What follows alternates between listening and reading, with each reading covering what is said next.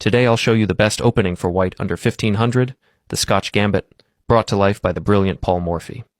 Now we reach this position starting from the very first king's pawn move. At first, we play standard moves, but then we switch into the Scotch game.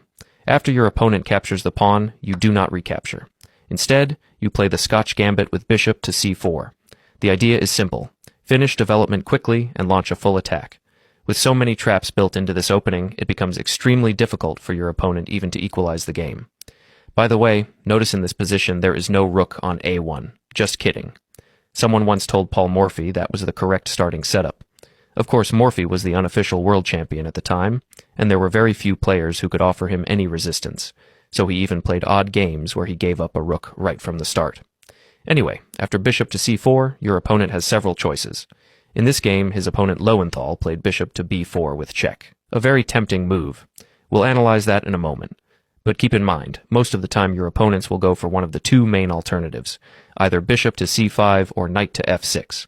Let me show you exactly how to handle all these responses so you can crush the Scotch Gambit with confidence. Now, if your opponent chooses to play bishop to c5, a very natural move, defending the pawn on d4 and saying, "You are not getting it back," you simply pretend to give up on that idea and instead play pawn to c3, preparing to develop your knight. Your opponent usually thinks, "Okay, I will capture here," expecting your pawn to recapture. And in most cases, black will indeed capture this pawn, because otherwise it feels like you are going to advance and attack the bishop. So the simplest solution for black is to take. At this point, your opponent expects you to recapture immediately, but instead, you capture the other pawn. When their pawn recaptures, you have the devastating follow-up. Queen to d5 with check. On the next move, you regain your material and launch an attack completely for free without any real sacrifice. This is crushing because your opponent's king becomes dangerously exposed, making it very easy for you to continue your attack. That is how you deal with bishop to c5. Now let us look at the other common response, knight to f6. This is another natural move, developing a knight and preparing to castle. But here you can push your pawn forward to attack the knight. Suddenly the knight has no good squares to retreat to, and black does not want to waste time by undeveloping it. If the knight jumps to g4, pretending to attack your pawn on e5, you can simply ignore it and castle. At this point, your opponent is already at a disadvantage because the knight is misplaced. You can always attack it later, and if it retreats all the way back to h6, you can capture it and completely ruin black's pawn structure. And if black tries to capture in the center, they immediately run into trouble due to the pin along the e-file, with the knight directly attacked and no safe way to resolve the situation. You simply play pawn to f4, and since the knight is still pinned to the king, it cannot escape. On the very next move, you are going to win the piece and the game. This shows just how easily you can punish natural but careless moves. Back to the actual game, black played bishop to b4 with check, which looks very natural.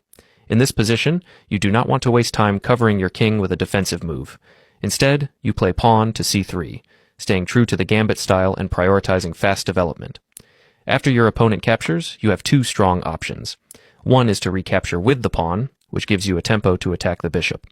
But what Paul Morphy did is even more interesting. He simply castled, allowing his opponent to capture. And indeed, in the game, black took the pawn. If they had not, you could have recaptured with the knight and immediately jumped forward, or recaptured with the pawn and gained a tempo. So black captured, and now although white is technically 2 pawns down, and in this game even a rook down, you have a massive lead in development and enormous attacking chances. For instance, the bishop from b2 is already aiming at the pawn on g7, x-raying the rook on h8. Strangely enough, it is not easy for black to defend against this simple threat. If black tries to block with the knight, you can just push your pawn forward, and once again the knight has no safe squares. It becomes vulnerable everywhere. For example, if the knight steps aside, moves like queen to d5 come into play, targeting the pawn as well as the knight, while your bishop also joins the attack. Already at this stage, black is in serious trouble. Wherever the knight goes, it is going to be in trouble. And if it is not knight to f6, then what else can black really do to defend the pawn? Playing pawn to f6 is quite ugly. It weakens the position and opens up the long diagonal, meaning black will not be able to castle, since our bishop controls the square. Another option would be moving the king, but that leaves the king stuck in the center of the board without the possibility of castling. In the actual game, black ultimately decided to retreat the bishop all the way back to f8. Of course, it is always a bit sad when your opponent plays such a passive move. You almost want to encourage them to play knight back to b8 next and just start a new game, But anyway, in this game, bishop to f8 was played, and as we can see, it actually made some sense.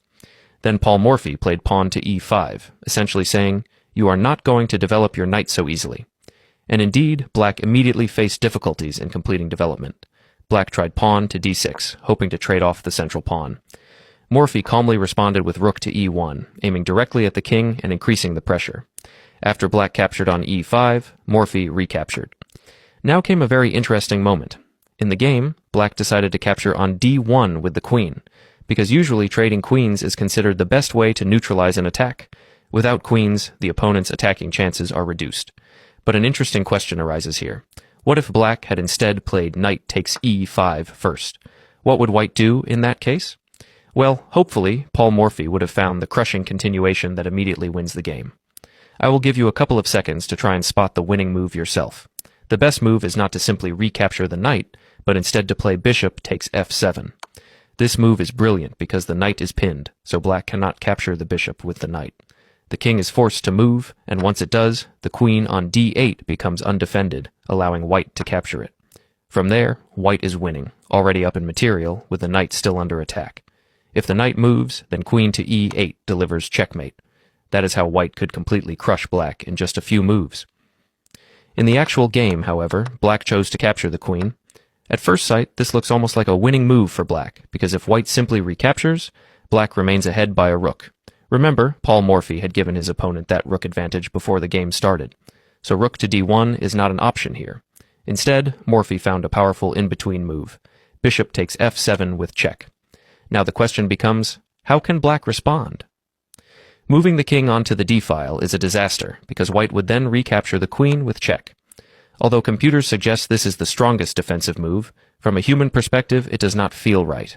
For instance, if black tried to block with the bishop, white could trade knight with check to the king and then carry out the long-term threat of bishop takes on g7, attacking the rook and regaining material. That is most likely what black calculated and why he avoided this line.